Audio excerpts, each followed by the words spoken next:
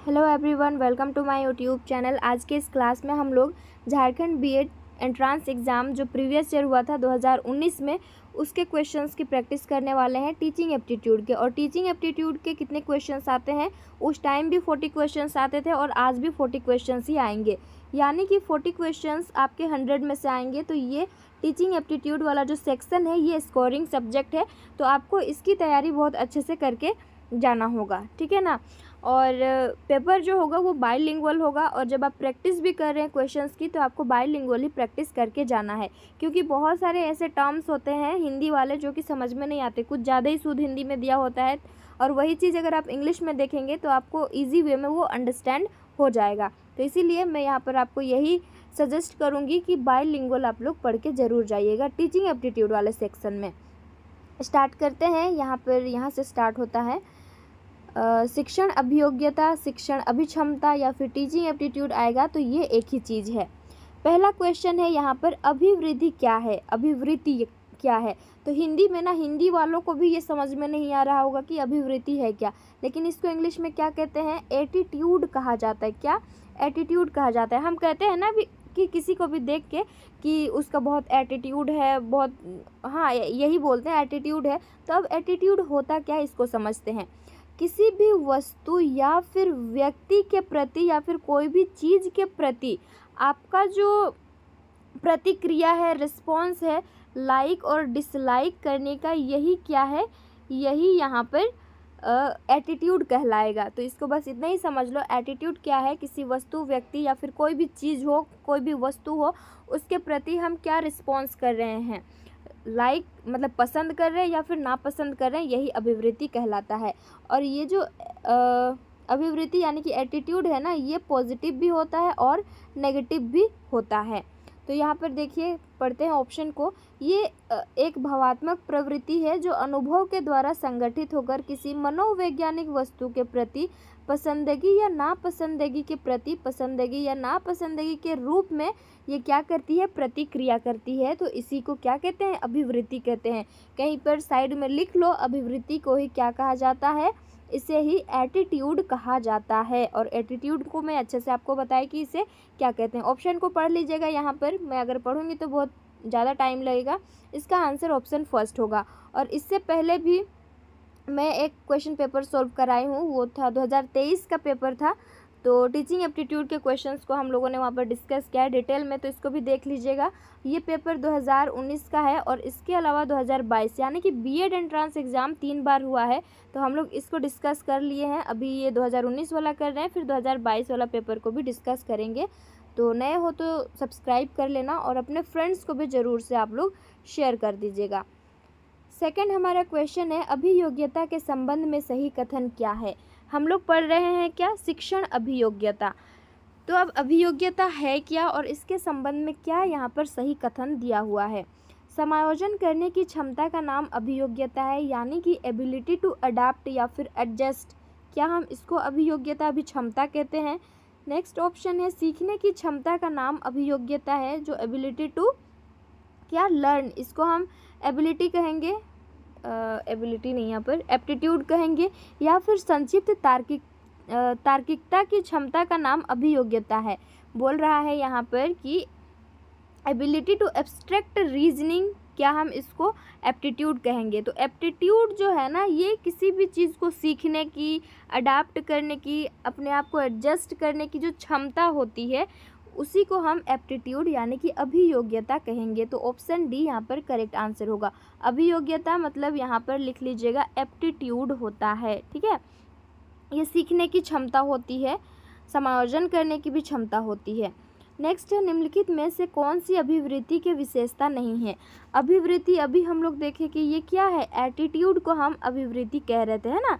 किसी वस्तु, व्यक्ति के प्रति, कोई भी चीज़ जो होता है उसके प्रति लाइक और डिसलाइक करने की जो हमारे रिस्पॉन्स, हम जो अनुक्रिया, प्रतिक्रिया करते हैं, उस चीज़ को अभिवृत्ति कहते हैं। तो ये प्रेरणात्मक होती है। कौन सा विशेषता नहीं है बोला है, प्रेरणात्मक होती है। नेक्स्ट है, यह हमारे व्यवहार का आधार होती है। हम व्यवहार ही तो करते हैं, बिहेवियर ही तो करते हैं। यह अस्थायी होती है या फिर ये सीखी जाती है। हम इसको सीखते भी हैं किसी को देख के, तो यहाँ पर बोला है कि विशेषता कौन सा नहीं है, तो ये अस्थायी होती है। ऑप्शन सी करेक्ट होगा। नेक्स्ट है, एक शिक्षिका अपनी प्राथमिक कक्षा में अधिगम को बढ़ा सकती है।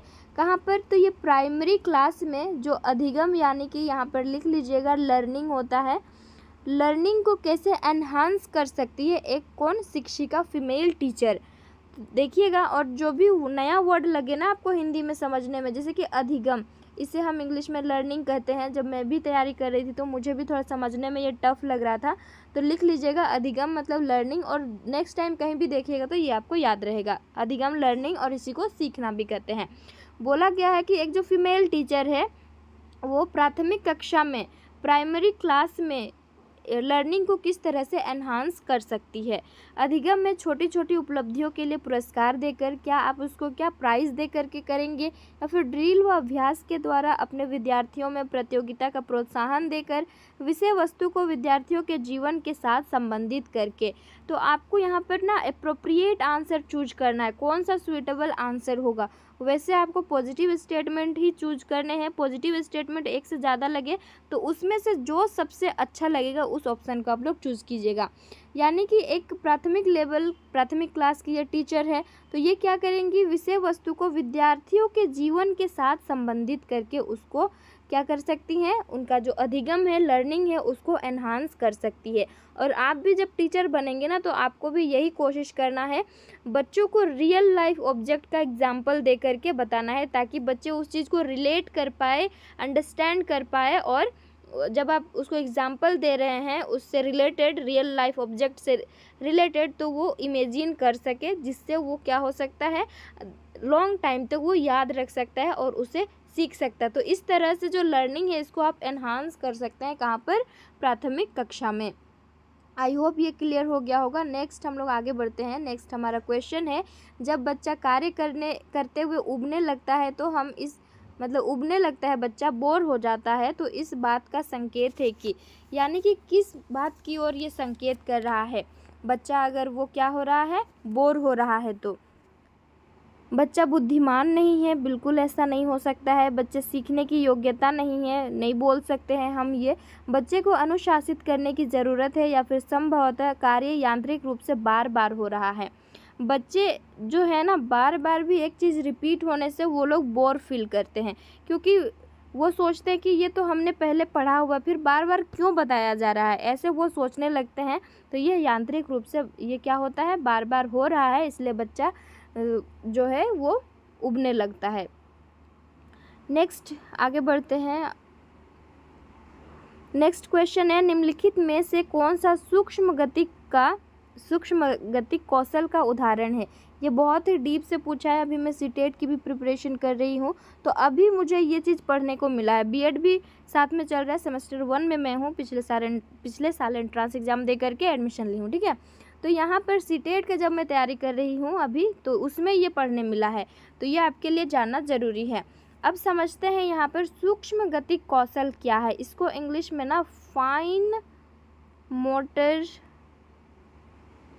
मोटर इसको स्किल कहेंगे। वैसे अगर हम देखें शारीरिक कौशल, शारीरिक जो होते हैं कौशल दो होते हैं, एक तो फाइन मोटर स्किल यहाँ पर हो जाएगा, और एक होता है ग्रोस मोटर स्किल। अब इसको समझते हैं, ठीक है। ग्रोस मोटर स्किल GMS में यहाँ पर लिख दे रही हूँ। अब होता क्या है इसमें, एक होता है ग्रोस मोटर स्किल, दूसरा है फाइन मोटर स्किल। इसमें ना आपकी बड़ी मांसपेशियाँ काम आएंगी, जैसे कि आपका जो थाई हो गया, वो जांग या पैर, लेग, इसको लेग बोलेंगे, लेग के जो मसल्स होते हैं वो काम में आएंगे। आर्म जो है आपका, आर्म्स वो आपके काम में आएंगे। तो बड़ी मसल्स, मांसपेशियाँ जो है ग्रोस मोटर स्किल में काम आएंगी। और फाइन मोटर में, जैसे कि फाइन से ही पता लग रहा है कि छोटा, सूक्ष्म होता है, तो इसमें ना छोटी छोटी मांसपेशियाँ काम आएंगी, जैसे कि फिंगर्स की जो मसल्स होते हैं ना, फिंगर्स के मसल्स, फिर आई मसल्स यहाँ पर काम आएंगे। तो ये आपको क्लियर हो जाना चाहिए कि यहाँ पर बड़ी मांसपेशियाँ काम आएंगी और यहाँ पर छोटी मांसपेशियाँ। और ग्रोस मोटर स्किल जो है, इसमें एग्जाम्पल समझते हैं। जैसे आप स्विमिंग कर रहे हैं, तो इसमें एक एग्जाम्पल इसका स्विमिंग लिख लीजिएगा, ठीक है, स्विमिंग। उसके बाद यहाँ पर स्कीपिंग जो हम करते हैं वो भी याद कर सकते हैं आप।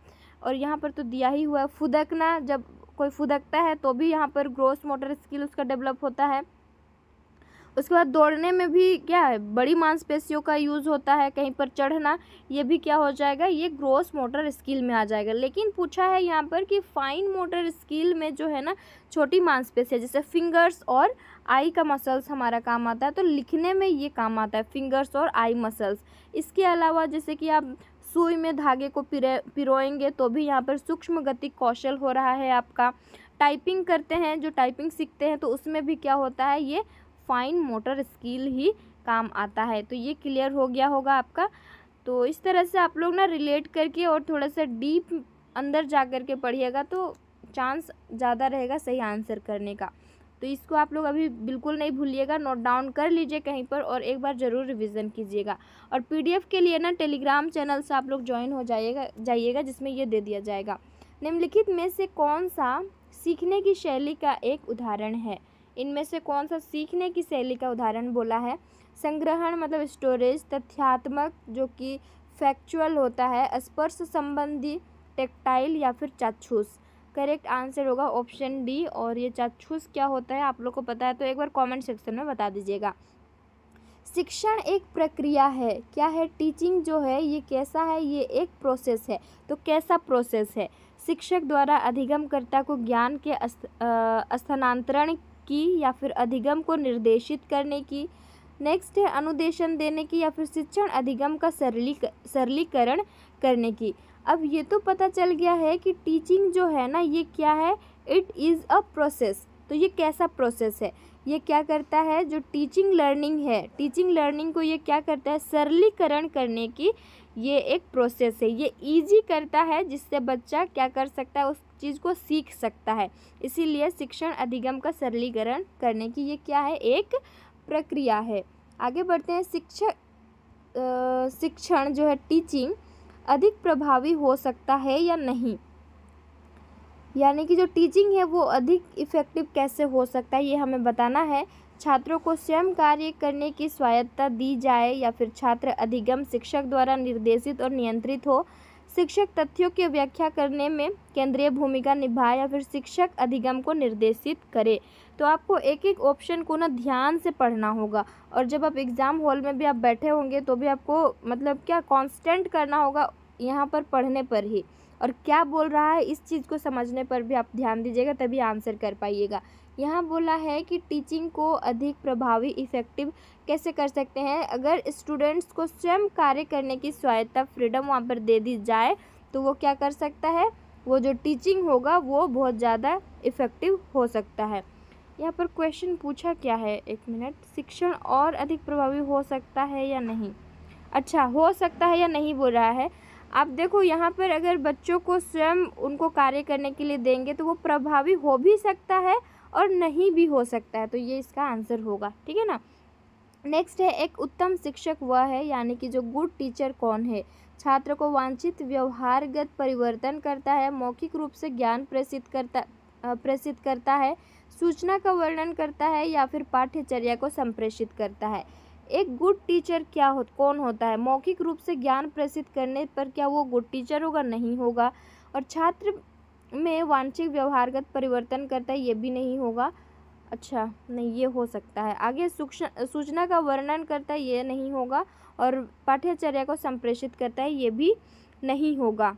आंसर 40 का क्या होना चाहिए, तो छात्र में वांछित व्यवहारगत परिवर्तन ये करता है।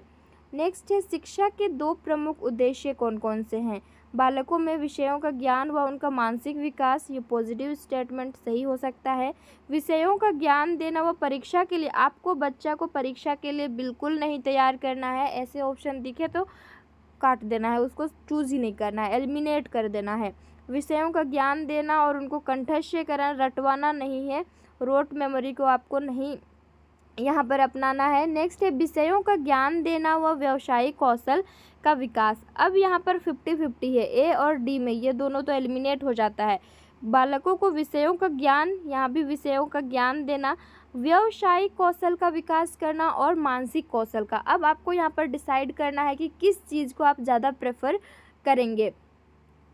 तो इसमें राइट आंसर हम लोग ट्रांसमिट्स कहाँ गया, 41, हाँ इसका आंसर क्या होगा, तो इसमें हम लोग प्रेफर करेंगे कि मेंटल डेवलपमेंट उनका करेंगे बच्चों का, तो option first correct answer. Professional skill को हम लोग डेवलप बाद में करेंगे, लेकिन पहले हम किसको प्रेफर करेंगे, विषयों को तो ज्ञान उनको देना ही है बच्चों को, साथ ही साथ उनका मेंटल डेवलपमेंट करना बहुत ज़रूरी है। तो ये हमारा आंसर हो जाएगा।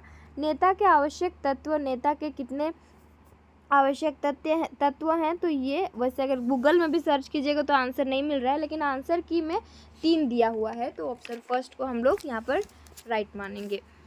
नेक्स्ट है, वैसे तो बहुत सारे गुण होते हैं, आवश्यक तत्वों की यहाँ पर बात करी है तो 3 हो जाएगा।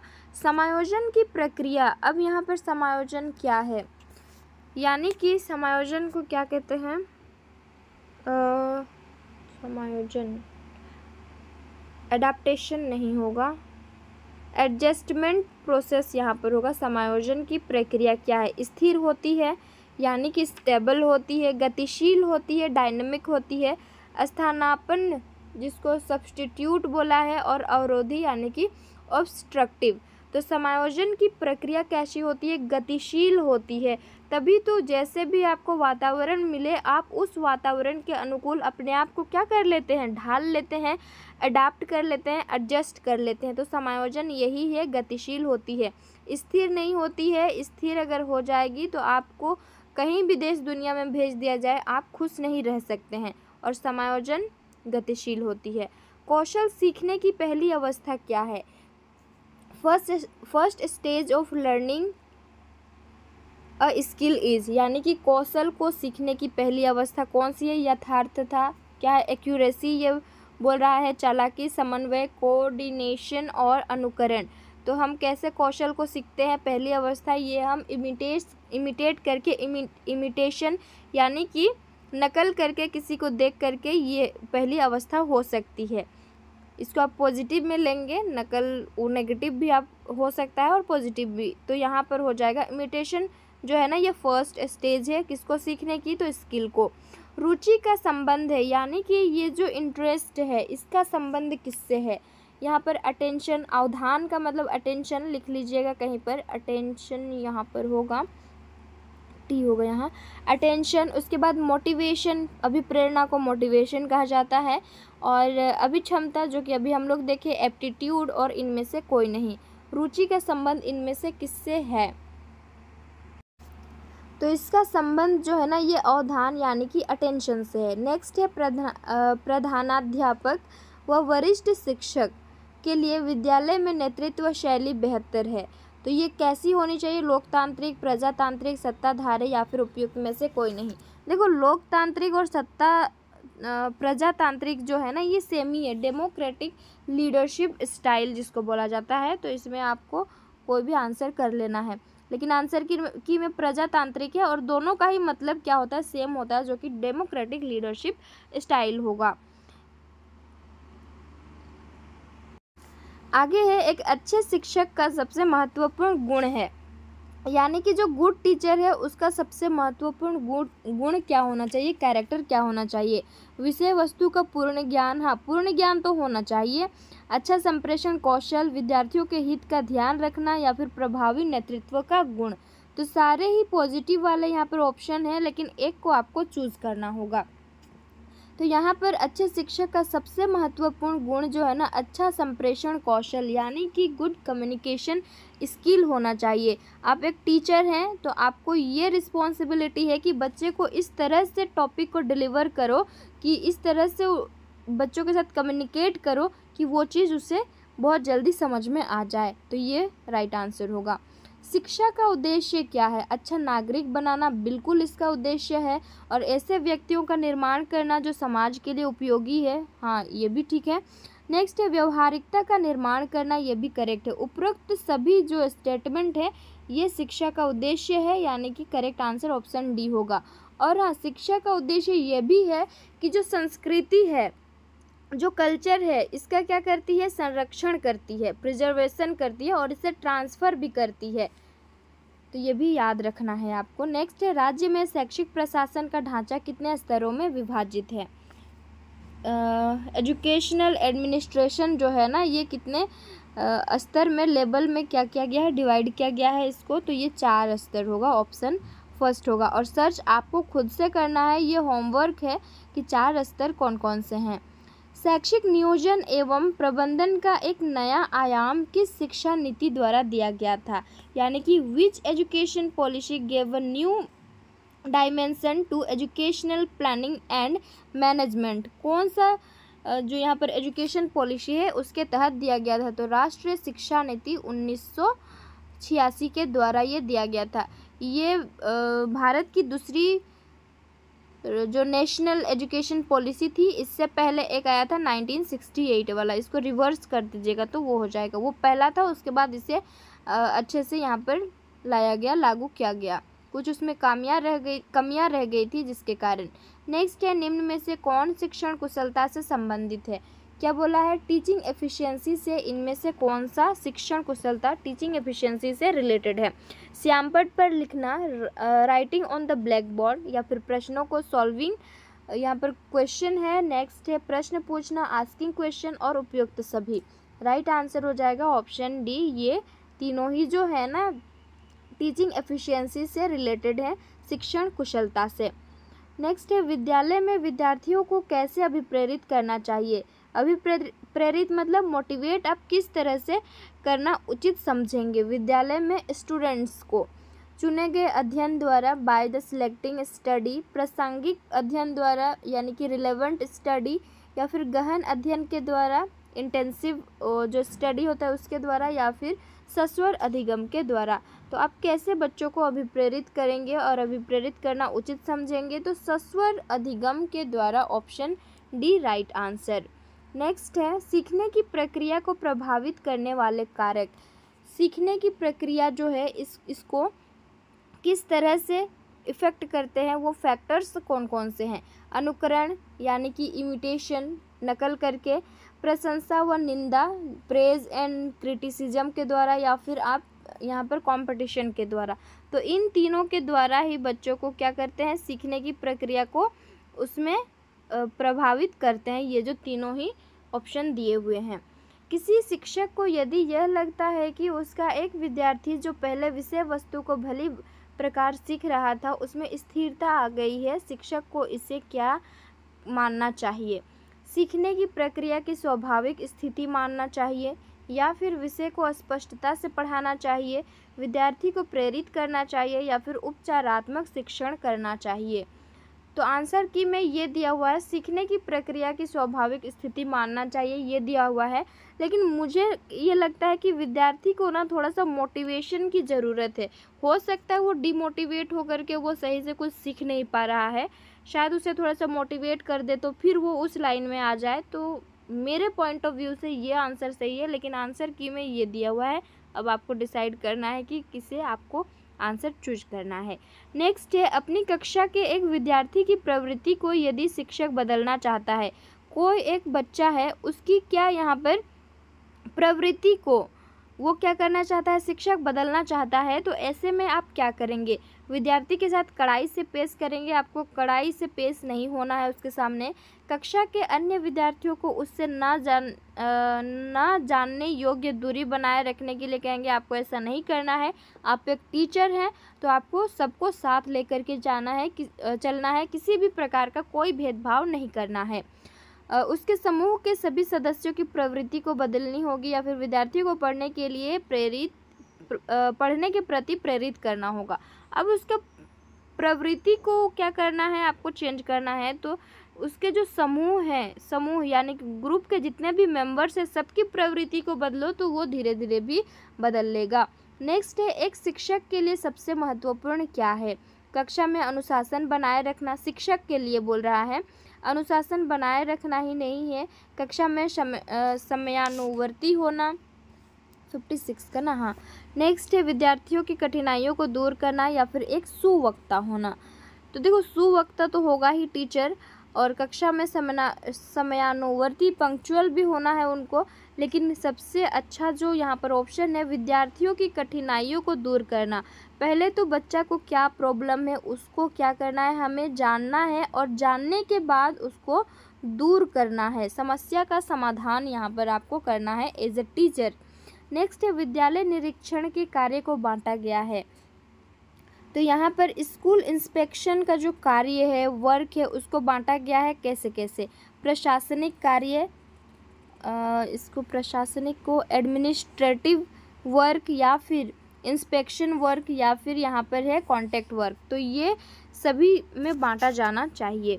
नेक्स्ट है सीएबी का पूरा नाम क्या है, तो इसका फुल नेम, इसको समझने वाली बात नहीं है, सेंट्रल एडवाइजरी बोर्ड इसका पूरा नाम होगा। आगे बढ़ते हैं, कार्यालय विद्यालय का नाड़ी संस्थान है, यह कथन क्या है। एक दो स्टेटमेंट आता ही आता है 2023 वाला, अगर कल का आप क्लास देखे हैं, कल या परसों का, तो उसमें 2 से 3 स्टेटमेंट दिए हुए थे और एजुकेशनिस्ट के स्टेटमेंट ही रहते हैं, तो आपको वो भी याद करके जाना होगा।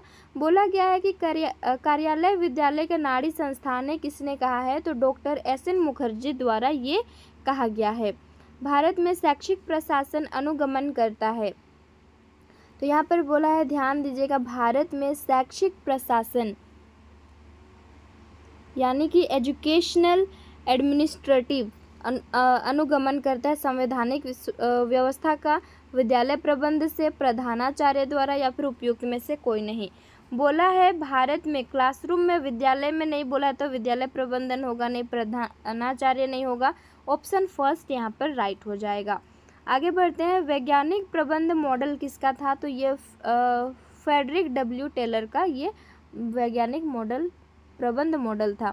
नेतृत्व मापन के कार्य होते हैं, नेतृत्व मापन के कार्य क्या क्या होते हैं, राइट आंसर इसका, अच्छा ऑप्शन से, अधीनस्थ का व्यावसायिक विकास करना, to develop the subordinate professionally, यहाँ पर होगा संस्था का विकास करना, टू डेवलप ऑर्गेनाइजेशन, कर्मचारियों का प्रबंधन जिससे उनके समय, समस्या एवं कौशल का बेहतर उपयोग संस्थागत उद्देश्य की प्राप्ति हेतु किया जा सके, उपयुक्त सभी। लीडरशिप आप लोग पढ़ के जाइएगा, नेता, नेतृत्व, ये आपको पढ़ के जाना होगा, तो इसका राइट आंसर ऑप्शन डी होगा। और इससे पहले भी हमने देखा था कि कितने गुण होते हैं।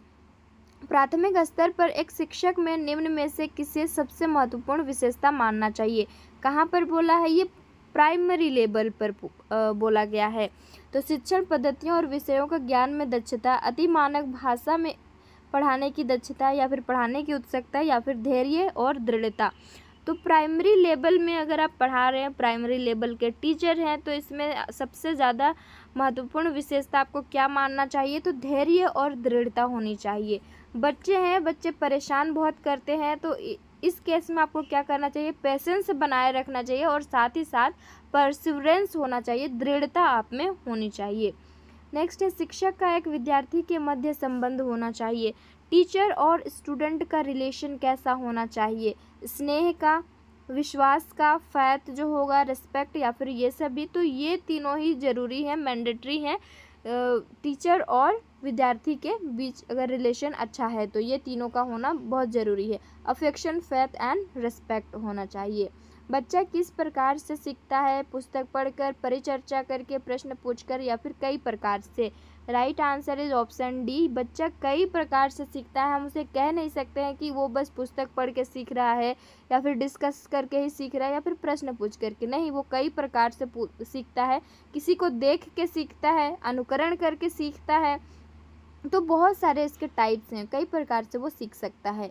बच्चे की जिज्ञासा शांत करनी चाहिए, जो क्यूरियोसिटी है बच्चे में वो कब उसको शांत करनी चाहिए, जब शिक्षक फुर्सत में हो, जब विद्यार्थी फुर्सत में हो, कुछ समय के पश्चात या फिर तत्काल जब विद्यार्थी द्वारा जिज्ञासा की गई है।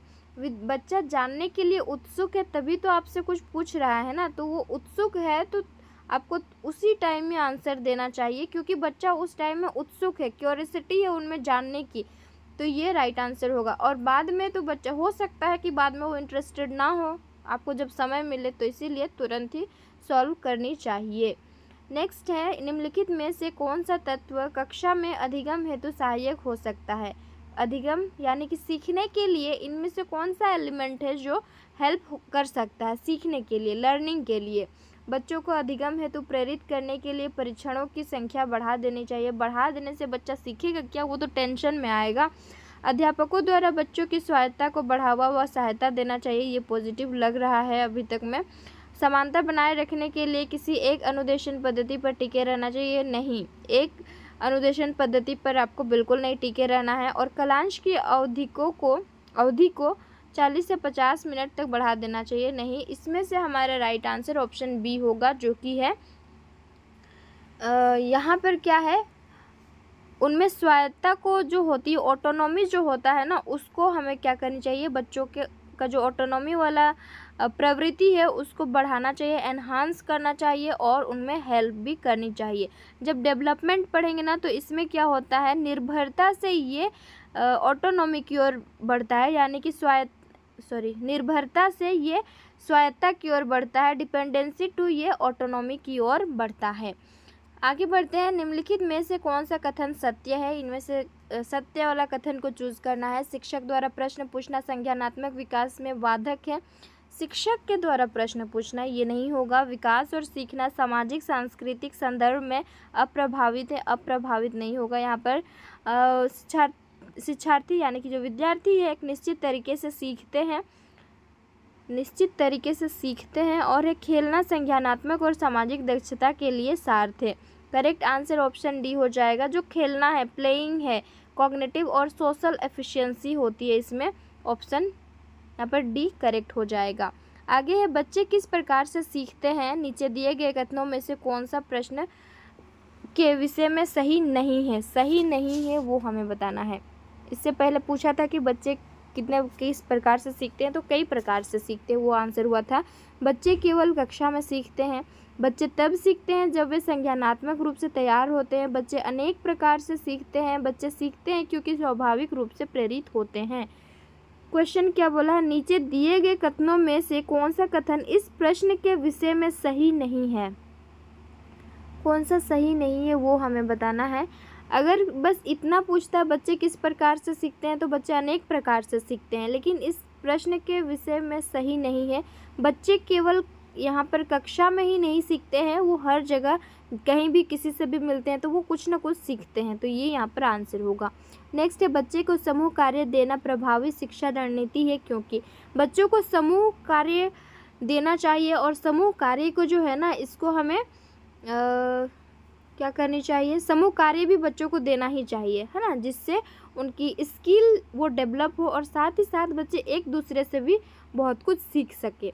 तो राइट आंसर देखते हैं क्या होगा। इससे शिक्षक का काम कम हो जाएगा, ऐसा नहीं करना है। और छोटे समूह में कुछ बच्चों को दूसरे बच्चे पर हावी होने की अनुमति होती है, ये भी नहीं होगा। सीखने की प्रक्रिया में बच्चे एक दूसरे से सीखते हैं और परस्पर सहायता भी करते हैं, ये हो सकता है। बच्चे अपना काम जल्दी करने में समर्थ होते हैं, ये नहीं होगा। तो बच्चे क्या होते हैं, सीखने की प्रक्रिया में बच्चे जो है ना, एक दूसरे से तो वो सीखते ही हैं और परस्पर सहायता की जो भावना होती है वो भी उनमें डेवलप होती है। ओके, तो ये हो जाएगा इसका राइट आंसर। 40 क्वेश्चंस कंप्लीट होते हैं। आप अपना स्कोर कमेंट करके बताइएगा कि 40 में से कितने क्वेश्चंस के आंसर करेक्ट हुए हैं, क्योंकि ये 2019 का पेपर है और पेपर इसी तरह से आपको पूछेगा। PDF आपको टेलीग्राम चैनल पर दे दिया जाएगा और क्लास में कंटिन्यू बने रहिए। बहुत सारे क्लासेस हो चुके हैं टीचिंग एप्टीट्यूड के, आप उसको देख सकते हैं और मैं कोशिश करूँगी हिंदी की भी प्रैक्टिस सेशन यहाँ पर लाया जाए।